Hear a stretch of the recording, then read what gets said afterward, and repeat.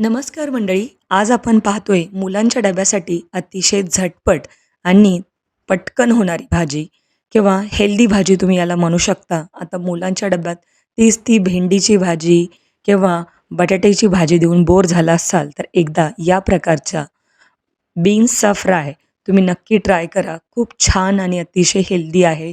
अगदी 2 वर्षाच्या मुलापासनं ते मोठ्यांपर्यंत ही भाजी आवडीने खातील, इतकी ही टेस्टी होते.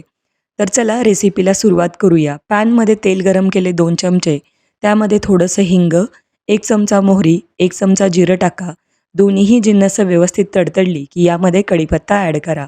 कढीपत्तासुद्धा छान फ्राय झाला पाहिजे. यामध्ये आपल्याला 1 हिरवी मिरचीचे तुकडे वापरायचे आहेत. लसूण वापरलं आहे साधारणतः 4 ते 5 पाकळ्या चिरून घेतलेला आहे लसूण. हवं तर तुम्ही ठेचूनसुद्धा वापरू शकता. 1 कांदा वापरायचा.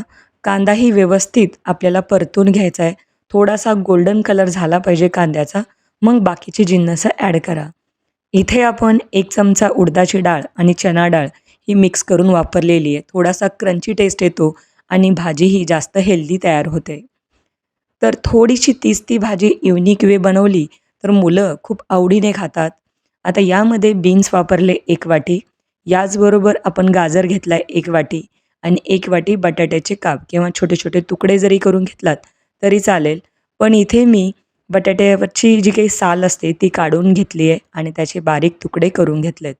आता भाज्या या तुम्ही आवडीनुसार ॲड करू शकता. यामध्ये जर आवडत असेल तर पनीरचे थोडेसे क्यूब्स ॲड करा किंवा मटार याचबरोबर किंवा ग्रीन पीस थोडं ॲड केलात तर अजून छान. म्हणजे आवडेल त्या भाज्या तुम्ही यामध्ये ॲड करू शकता. थोडीशी हळद टाका, थोडंसं लाल तिखट साधारणतः अर्धा चमचा.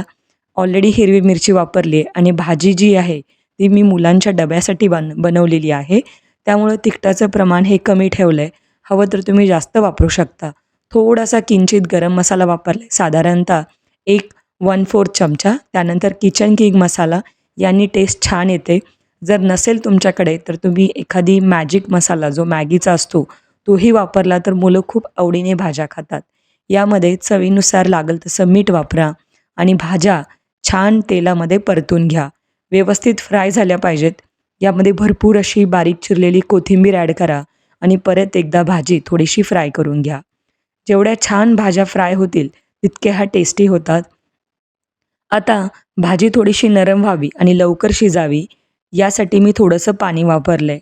हवं तर तुम्ही तेलातच फ्राय करून घेऊ शकता, पण थोडं पाणी टाकलं की भाजी मऊसर शिजते आणि लवकरही तयार होते. अर्धी वाटी पाणी टाकून भाजी शिजवून घेतली आहे आणि त्यानंतर एखाद्या चमच्यानी चेक करून बघितलं बटाटा तुटतोय का किंवा तो मऊ झाला आहे का आणि भाजी पूर्ण तयार झाली की मग यामध्ये 2 चमचे डेसिकेटेड कोकोनट ॲड करा. याने टेस्ट आणि जास्त न्यूट्रिशियस ही भाजी तयार होते.